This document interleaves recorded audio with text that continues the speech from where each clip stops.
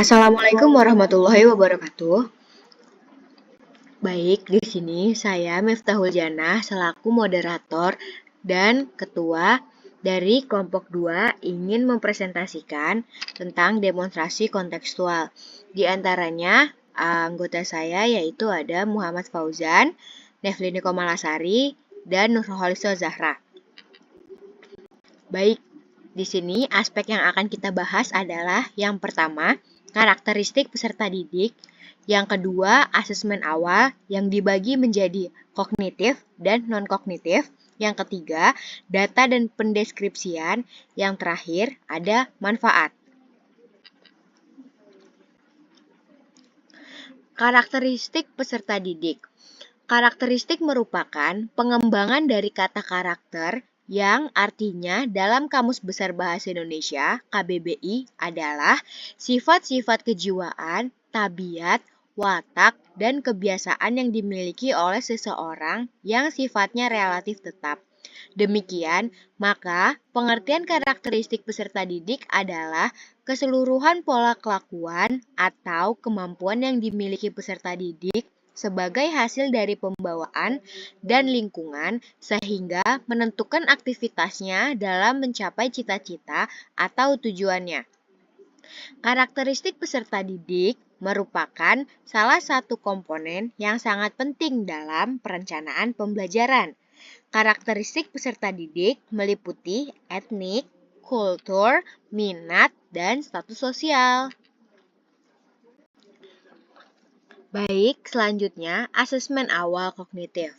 Asesmen diagnostik kognitif adalah asesmen diagnosis yang dapat dilaksanakan secara rutin pada awal ketika guru akan memperkenalkan sebuah topik pembelajaran baru pada akhir ketika guru sudah selesai menjelaskan dan membahas sebuah topik dan waktu yang lain selama semester menurut Pusmenjar tahun 2021. Asesmen diagnosis kognitif bertujuan untuk mengidentifikasi capaian kompetensi siswa, menyesuaikan pembelajaran dengan kompetensi rata-rata, memberikan remedial bagi kelompok siswa di bawah rata-rata. Asesmen ini memetakan kemampuan semua siswa di kelas secara cepat untuk mengetahui siswa yang sudah paham, siswa yang agak paham, dan siswa yang belum paham. Dengan demikian, Bapak atau Ibu guru dapat menyesuaikan materi pembelajaran dengan kemampuan siswa. Lalu, ada asesmen awal non-kognitif. Asesmen diagnostik non-kognitif merupakan asesmen yang dilakukan guru untuk mengetahui kondisi psikologis, emosi, dan sosial siswa. Bisa dikatakan bahwa asesmen ini lebih ingin mengenal bagaimana kondisi personal siswa.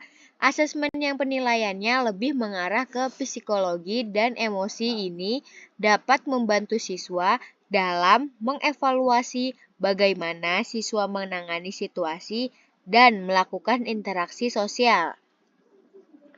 Asesmen diagnosis kognitif bertujuan untuk mengetahui kesejahteraan psikologi dan sosial emosi siswa, aktivitas belajar di rumah, dan kondisi keluarga siswa, beragamnya kondisi sosial ekonomi, akses teknologi, serta kondisi wilayah, menyebabkan proses belajar dan kompetensi siswa menjadi sangat bervariasi.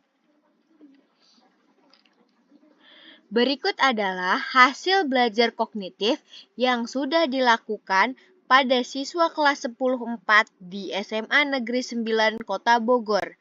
Berikut hasilnya. Soal yang dipilih merupakan soal bahasa Indonesia yang pada materi teks biografi.